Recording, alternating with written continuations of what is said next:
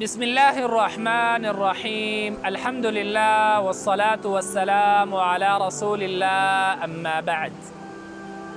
محترم ورونو ډیر رونه د رزق د تنګي مشکل لري.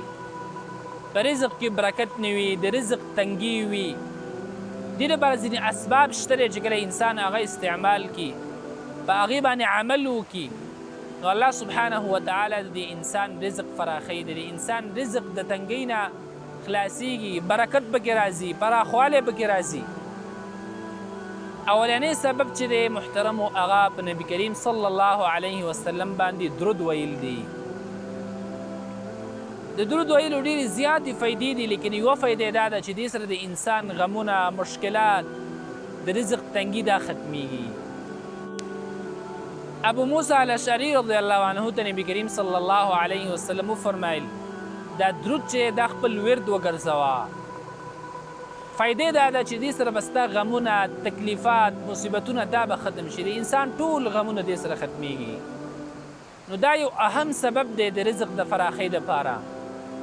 دویم سبب محترمو هغه دعا کول دي د الله سبحانه وتعالی نه، په اخلاص سره، په عاجزۍ سره، په تضرع سره دعا کول دي، د الله نه غوښتل دي چې یا الله مال حلال رزق راکړي، په رزق کې راله برکت واچې، او د الله سبحانه وتعالی په خزانو کې هیڅ کمی نشته دی چې الله نه څومره غواړي هغه پې خوشحالېږي او بنده ته یې ورکوي.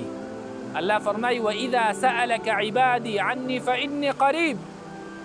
چې کله دنه پوښتنه وکړي زما بنده، نو ورته ووایه زما باره کې چې زه نږدې یم تا ته، ما نه دعاګانې وغواړه، ما راوبله، زه ستا دعاګانې قبلومه. نو الله سبحانه وتعالی موږ سره وعده کړې ده چې تاسو ما نه څه غواړئ زه تاسو له هغه درکومه. نو د الله نه غوښتل او دا دعا چې دا د مؤمن دپاره وسله ده، وسله. دعا سره د انسان تقدیر بدلیږي.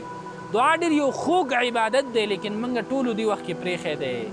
نو دویم سبب د رزق د پراخۍ دپاره هغه د الله نه د حلال رزق غوښتل دي. دریم سبب محترمو هغه لمونځ دی.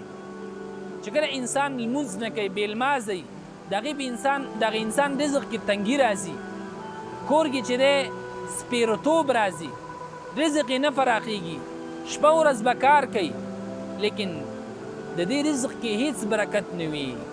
غټه وجه دا ده چې هغه لمونځ نه کول. کله چې انسان 5 وخته لمونځ کوي، د لمونځ سره برکات راځي. لمونځ سره چې دی انسان ته قسمه قسم انعامات ملاویږي په لمانځه باندې. او چې کله انسان بلمازی، نو دغه انسان رزق کې تنګي راځي، رزق یې کمیږي، همیشه به خواري کوي، خو رزق کې هیڅ قسمه برکت هغه نه وي. نو لمونځ چې دا یو اهم سبب دی د رزق د فراخۍ دپاره. وایي د کور د سپیروالي دپاره یو بېلمازه هم کافي دی. چې کله په کوم کور کې خلک مونځ نه کوي، بېلمازه نو هغه کور کې رزق تنګ وي، د رزق تنګي وي، هلته چې دی سپیرتوب وي. نو لمونځ چې دی دې سره رڼا راځي، ناشنا برکات دي په لمانځه کې.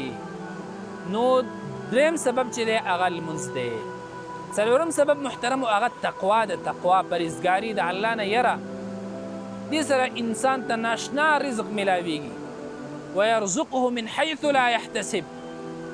الله فرمایي د داسې طرف نه به ته رزق درکړمه، د داسې طرف نه چې ستا به ګمان هم نه کېږي. نو چې کله انسان کې تقوا راشي، پرهیزګاري راشي، د الله نه یره راشي، نو د انسان په رزق کې برکت راځي، د انسان رزق کې فراخي راځي. بل محترمو هغه د آخرت فکر کول. چې کله انسان د آخرت فکر کوي او خپل ټول فکرونه راجمع کړي او د آخرت فکر وکړي، نو دغه انسان رزق فراخیږي، انسان په رزق کې برکت راځي. لکه حدیث کې راځي چې کله انسان خپل ټول فکرونه په یو فکر بدل کړي چې هغه فکر د آخرت دی، نو د انسان غمونه، پریشانیانې دا ټول ختمیږي. نو دا یو څو اسباب چې کله انسان په دې باندې عمل شروع کی، دغه اسباب په خپل زندگی کې راولي، نو د انسان رزق به فراخیږي، د انسان رزق کې به پراخوالی راځي، تنګي به ختمیږي.